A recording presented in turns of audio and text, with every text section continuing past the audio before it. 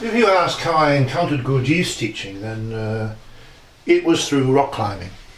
And this will sound a bit strange, but from about my mid-teens onwards I was a rock climber. That was my preferred passion, my sport. It's what I did. I did it quite well. I think I did it at times very well, but I was not in any way exceptional in this.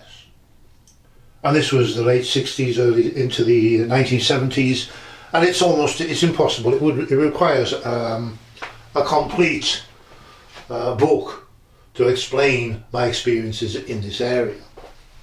English rock climbing at this period was absolutely fascinating and has been well documented by a man called Ken Wilson. And if you look up Ken Wilson Classic Climbs on YouTube, then there is a depiction of this time, and a depiction of rock climbing in England at that time as an adventure. It was about adventure. Now, how did rock climbing lead me into Gurdjieff's teaching? Rock climbing showed me in two ways, I think, that our perceptions are not a given. And this is the key phrase that I would use. Our perception is not a given. That is to say, our perception depends upon us. How we perceive the world, how we experience the world, everything in this depends upon us. And yet, as Gurdjieff says, the ordinary man is asleep. It's an analogy. And what it means is that we take our perceptions as if they are the real world. Our perceptions do not reach the centres, our brains, our thinking apparatus. And so we think only in terms of associations based upon previously received impressions. We don't actually receive any impressions at the moment or in the moment. The food of impressions in Uspensky's book, In Search of the Miraculous, sounds in us only as dough. It does not develop do-re-mi as the other foods do. We have an excellently working automatism for perceiving all kinds of new impressions, as Gurdjieff writes virtually on the first page of his book Beelzebub's Tales to his grandson. And what I learned from climbing, first of all, the focus that there is, the psychological focus. You are instantly on a rock face in a vertical world, a completely alien world, and because of the danger, you are focused psychologically upon this. It induces in one, both in the focus and in the relaxation, the focus and the relaxation, the focus and the relaxation. It induces in the climber a realization, a change in perception, an expansion of perception, an increasingly vivid perception that is evident. And it became a part of my experience in these early years that perception was not a given. Perception depended upon me, and perception depends upon us. And this was not intellectually assimilated by me, but that was my experience. And we could augment our experience of the world, our perception of the world, in a variety of different ways, which I began to explore. The other side of this is, or was, or still is actually, the fact that by climbing I would often spend certain periods away from what we might call, I lived in the northeast of England, so I wasn't very far from civilization, but what we could say, we would go camping, or we'd stay in mountain huts, or we would bivouac, or we'd sleep out under a bush, but we were separate from the ordinary day-to-day civilized life.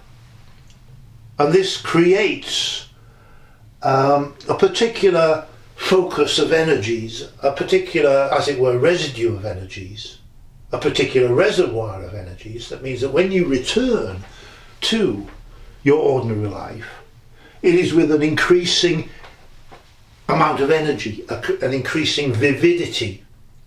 You are more as a result, and you experience in a much more subtle way as a result.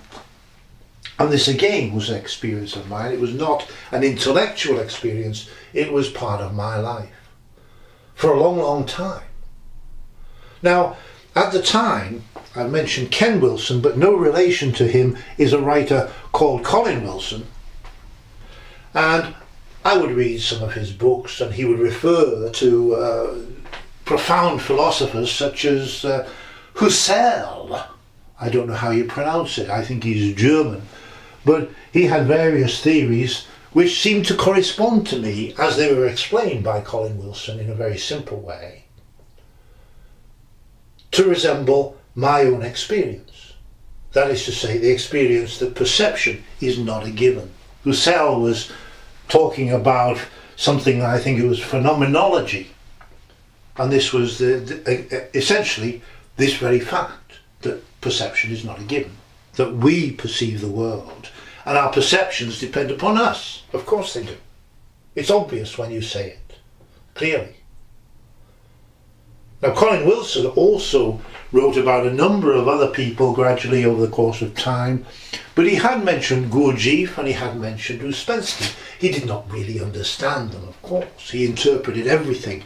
Colin Wilson was a marvellous writer, really entertaining, but he interpreted everything according to his theories, his own ideas, as we all do, perhaps. But he did mention Gurdjieff, he didn't mention Uspensky, and I was led, therefore, into reading In Search of the Miraculous. I can't remember when it was or what occasion it was. I do remember when I was at university, in the first year at university, finding in the university library Book 2 of Beelzebub's Tales to his grandson, and taking this and reading it. And then I presume I read the Book 1 and Book 3. I certainly remember in one of the more, in my hometown, which was in the northeast of England, a heavy, hard industrial town, I would visit the libraries remote from my own home. I lived in, as it were, the posh area of the town, but there were other areas where the libraries were virtually deserted. And I remember finding a book, I think it was Venture with Ideas by a man called Kenneth Walker from the 1960s, and reading this and finding it a charming little story, which included Uspensky and Gurdjieff. But one of the difficulties I had at this time was that I was clearly influenced very heavily by Uspensky's book In Search of the Miraculous, which of course, quite rightly, I was, because it's a marvellous book. It is very influential, it is profound. But I did have problems with this, and the problems were because Uspensky was interpreting, and this wasn't intellectually analysed by me at the time, of course, but Uspensky was interpreting Gurdjieff's teaching in terms of consciousness, states of consciousness, such as sleep, waking sleep, consciousness of self, and objective consciousness, these things which are not mentioned in Gurdjieff's writings at all. None of this. And this caused a problem because my interest... Now there was this problem. I've been interrupted there, excuse me. There was this problem because In Search of the Miraculous by P.D. Uspensky, which I took as an extraordinary book, an extraordinarily important book, a fabulous book that everyone should read, but Uspensky had taken the emphasis in Gurdjieff's teaching to be about consciousness. And in particular, Uspensky had interpreted what Gurdjieff told him in a sense that the term self-remembering had become, for Uspensky, a state of consciousness.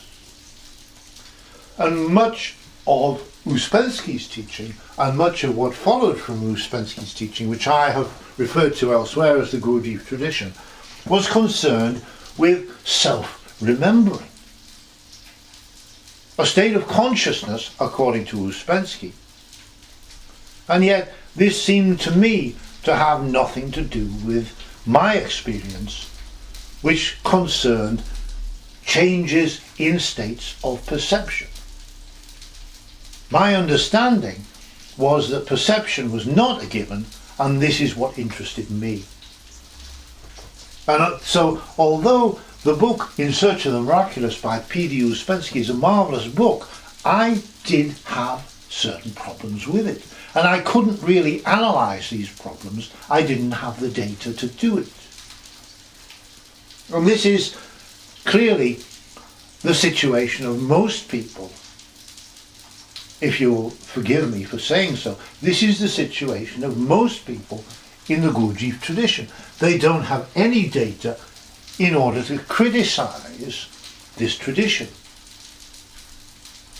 Now, what then happened much later, this was in, it must have been the early 1990s, if I think back to it, I did get the chance to visit a genuine Gurdjieff group which existed, believe it or not, in the northeast of England, in the north of England, not in the northeast actually, but in the north of England.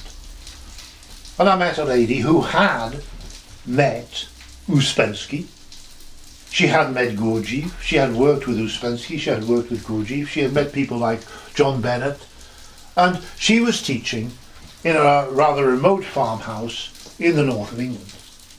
And I had a conversation with her, and there was nothing particular said during that conversation, but I went away thinking, first of all, my own circumstance, my eldest son had just been born at that time. I was married, my eldest son had just been born, I had my career and various other responsibilities, so there's no way I was going to return to that group and work with that group, as it were, every fortnight, for a weekend every fortnight.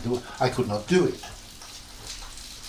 But I came away from that meeting with an obsession.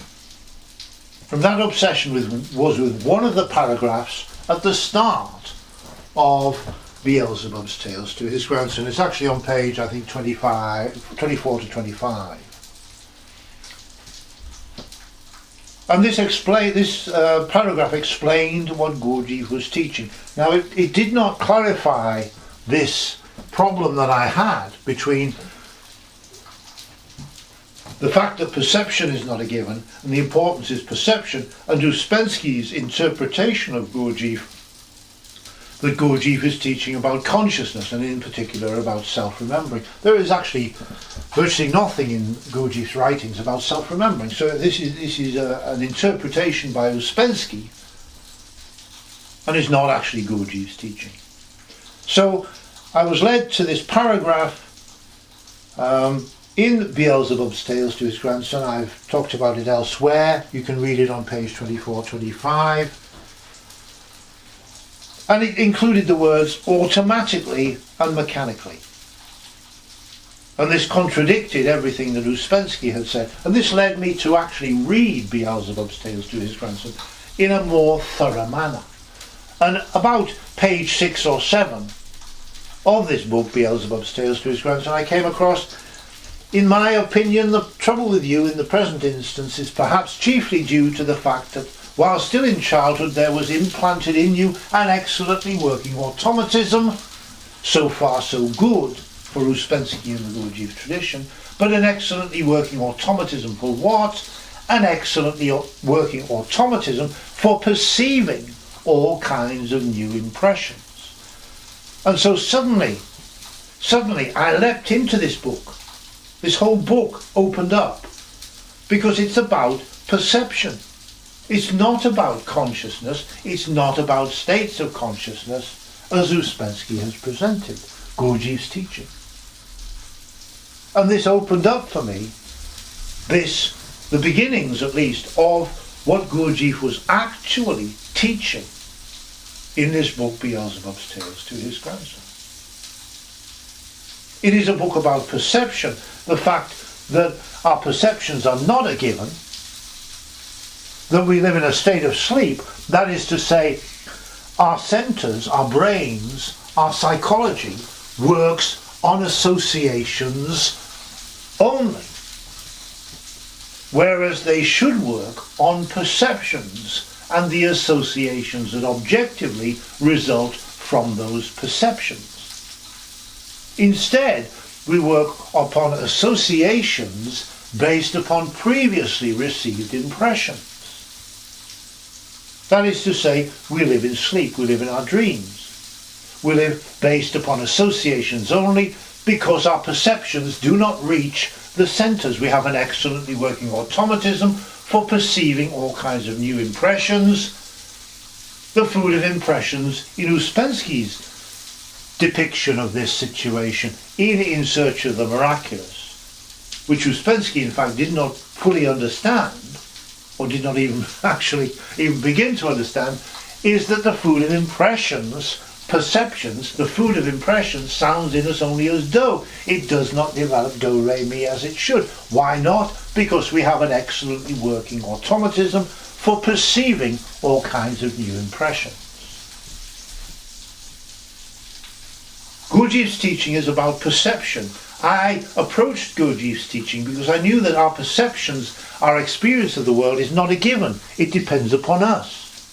And we can change it, and we can enhance it, and we can develop it. But when I encountered Uspensky, I encountered a problem with this. This led me to the Gurdjieff tradition coming from Uspensky, and this, by some mysterious means that I still don't understand, led me to actually start to look at Gurdjieff's own writings, and there it becomes clear that Gurdjieff was teaching perception. Our problem is we have an excellently working automatism for perceiving all kinds of new impressions. The food of impression sounds in us as do. It does not develop do, re, mi. Why? And this led me into the heart, if I dare say it, of Gurdjieff's teaching.